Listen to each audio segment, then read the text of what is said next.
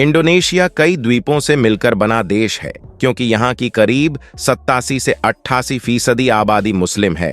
दुनिया भर के मुसलमानों का एक बड़ा वर्ग इंडोनेशिया में ही रहता है, लेकिन यहाँ हिंदू धर्म का भी काफी प्रभाव है, जबकि उनकी संख्या काफी कम है। हिंदू धर्म का प्रभाव इतना है कि लोग यहाँ हिंदू देवी देवताओं को मानते हैं और मुस्लिम हिंदू नाम रखना पसंद करते हैं। आइए आज की वीडियो को शुरू करते हैं और इसी तरह की और रहस्यमयी जानकारी प्राप्त करने के लिए हमारे चैनल ट्रू हिस्ट्री को आज ही सब्सक्राइब करें और बेल आइकॉन को प्रेस करें। उन्हीं में से एक द्वीपों की श्रृंखला है फ्लोर्स आइलैंड, जो नुसा तिनगारा द्वीप समूह में आता है। साल 2012 27 अगस्त को यूनेस्को द्वारा इस गांव को इसकी परंपरा के अनुसार टॉप अवार्ड से बैंकॉक में सम्मानित किया गया था। इस गांव की सबसे मुख्य विशेषता है इनके अनोखे घर, जिन्हें यह लोग मबारू न्यांग कहते हैं। यह घर दिखने में शंकु आकार होते हैं, जैसे एक बड़ी सी टोपी जिसे बच्चे अपने जन्मदिन पर लगाते हैं। इन घरों की छत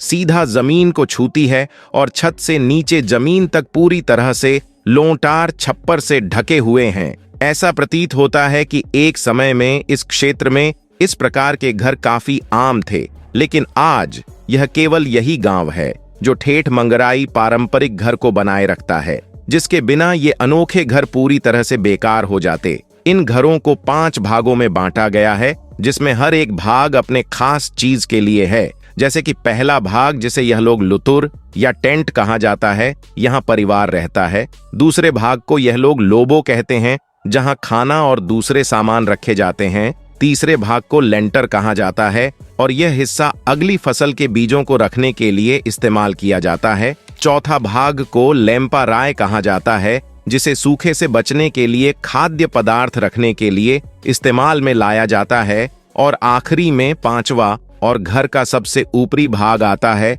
जिसे हेकांग कोड़े कहा जाता है।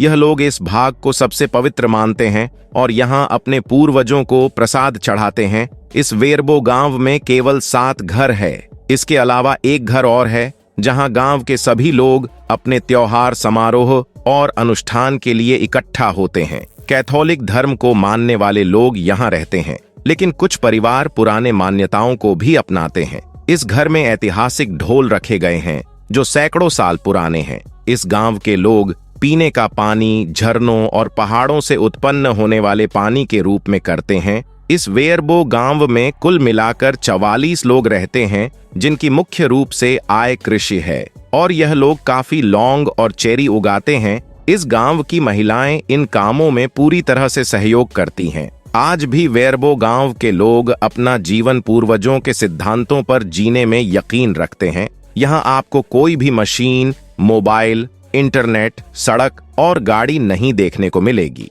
आज भी यह लोग सैकड़ों साल पहले के तरीकों को अपनाते हुए प्रकृति के सहारे ही जीते हैं। गांव के लोग मक्का और कसावा खाना पसंद करते हैं, लेकिन गांव के आसपास वे कॉफी, वेनिला और दालचीनी के पौधे लगाते हैं, जिन्हें वे लगभग 15 किमी दूर स्थित बाजार में बेचते हैं। गांव से दूर, हालांकि हाल ही में वे रेबो अंतर्राष्ट्रीय इको टूरिज्म उत्साही लोगों के लिए एक पर्यटन स्थल के रूप में लोकप्रियता में बढ़ गया है और इससे गांव के आर्थिक कल्याण में वृद्धि हुई है।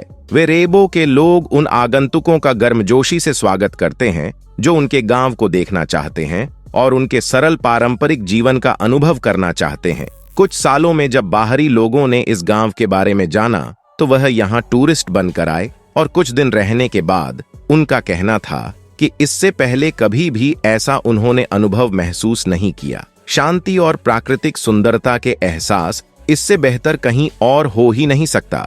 यहाँ के लोग काफी मिलनसार होते हैं और बाहर के लोगों को एक अलग दुनिया का एहसास करने में भी साथ देते हैं। अगर आप कभी इंडोनेशिया के सफर पर निकले तो इस वेरबो विलेज को विजिट करना ना भूले। आपको ऐसी जगह, ऐसी परंपरा, ऐसे घर और ऐसे लोग पहले कभी देखने को नहीं मिले होंगे। आपको जानकर हैरानी होगी कि इस गांव में मुख्य रूप से केवल 7 घर हैं। वेरबो गांव के सबसे नजदीक देंगे विलेज जाता है, जहां पैदल चलकर ही 4 से 5 घंटे में पहुंचा जा सकता है। वेरबो पूरी तरह से मनोरम पहाड़ों और तोड़ों के घने जंगलों से घिरा हुआ है। इस अविश्वसनीय गांव में उष्णकटिबंधीय जंगल और वनस्पति भरपूर मात्रा में मिलती है। इस गांव में मोबाइल के नेटवर्क भी नहीं आते और बिजली केवल शाम को 6 बजे से रात के 9 तक आती है। इस गांव का निर्माण एम्पुमारो ने 900 साल पहले अपनी पत्नी के साथ किया था और आज यहां उनकी 18वीं पीढ़ी के लोग रहते हैं। अब दोस्तों, अगर आप एशिया महाद्वीप के खूबसूरत देश इंडोनेशिया की सैर करना चाहते हैं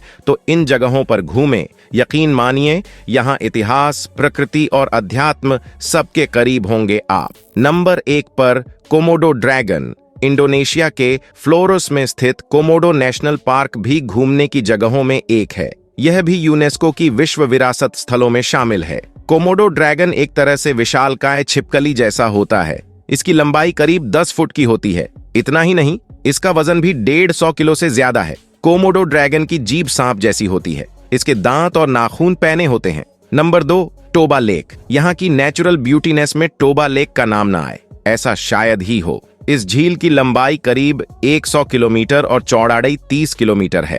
इसकी गहराई की बात करें तो यह करीब 500 मीटर गहरी है। इसे दानो टोबा भी कहते हैं। करीब 70,000 साल पुरानी मानी जाने वाली इस झील में उठने वाला धुआं किसी ज्वालामुखी के विस्फोट जैसा ही लगता है। नंबर 3, पारंपरिक गांव। तना टोराजा इंडोनेशिया के दक्षिणी सुलावेसी प्रांत में स्थित एक पहाड़ी है।